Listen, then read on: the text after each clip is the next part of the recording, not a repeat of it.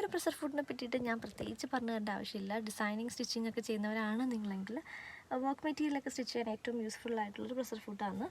ഒരുപാട് പേര് ചോദിക്കുന്നുണ്ട് ലൈനിങ് ഒക്കെ വെച്ചിട്ട് ഇത് നമുക്ക് സ്റ്റിച്ച് ചെയ്യാൻ പറ്റുമെന്നൊക്കെ. നന്നായിട്ട് സ്റ്റിച്ച് ചെയ്യാൻ പറ്റും. പിന്നെ അങ്ങനെ ടെൻഷനുള്ളവരാണെങ്കിൽ ഇത് ഇതുപോലെ സ്ലോ ആയിട്ടും സ്റ്റിച്ച് ചെയ്ത് കൊടുത്താൽ മതി. ഇപ്പോൾ ഞാൻ ചെയ്യുന്നത് ഈ ഒരു പ്ലെയിൻ ഫാബ്രിക്കിൽ നമ്മൾ വർക്ക് മെറ്റീരിയലിൽ നിന്ന് സോൾഡറിങ് ചെയ്ത് ഗ്ലൂ ചെയ്ത് വെച്ചിരിക്കുകയാണ്. അപ്പം ബഡ്ജറ്റ് ബൈ ഔട്ട്ഫിറ്റ്സൊക്കെ നമ്മൾ ഹാൻഡ് വർക്കിന് പകരം ഗ്ലൂ ആണ് ചെയ്യുന്നത്. ആൻഡ് ഫൈനലി ഒന്ന് ഹെം ചെയ്ത് കൊടുക്കുകയാണ് ചെയ്യുന്നത്. അപ്പോൾ അത് നേരത്തെ കസ്റ്റമറോട് പറയാറുണ്ട്.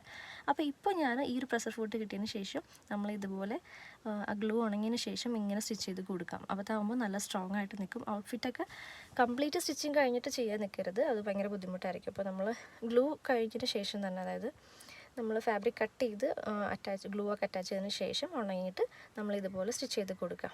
അപ്പോൾ ഈ ഒരു ഔട്ട്ഫിറ്റ് 5K ബഡ്ജറ്റിലാണ് നമ്മൾ ചെയ്തിട്ടുള്ളത്. ഒരു ബ്രൈഡൽ ഗൗണാണ് കേട്ടോ, നല്ല ഫ്ലെയറിലാണ്, ഡബിൾ അംബർല 6 മീറ്റർ ഫ്ലെയറിലാണ് നമ്മൾ ഡബിൾ അംബർല മാത്രം ചെയ്തിരിക്കുന്നത്. സ്ലീവിൽ വരുന്നതാണ് കേട്ടോ, 1 സ്ലീവിൽ വർക്കും 1 സ്ലീവ് പ്ലെയിൻ ആണ്. അപ്പോൾ ഇതാണ് ഫൈനൽ ലുക്ക്. ഇഷ്ടമായാൽ കമൻറ്റ് ചെയ്യാൻ മറക്കരുത്. എൻ്റെ ഷോർട്സിൽ മാത്രം കമൻറ്റ്സ് ഒന്നും വരുന്നില്ല കേട്ടോ, അതെന്താ നിങ്ങൾക്ക് കമൻറ്റ് ചെയ്യാൻ നമ്മൾ വർക്കൊന്നും ഇഷ്ടമാവുന്നില്ലേ?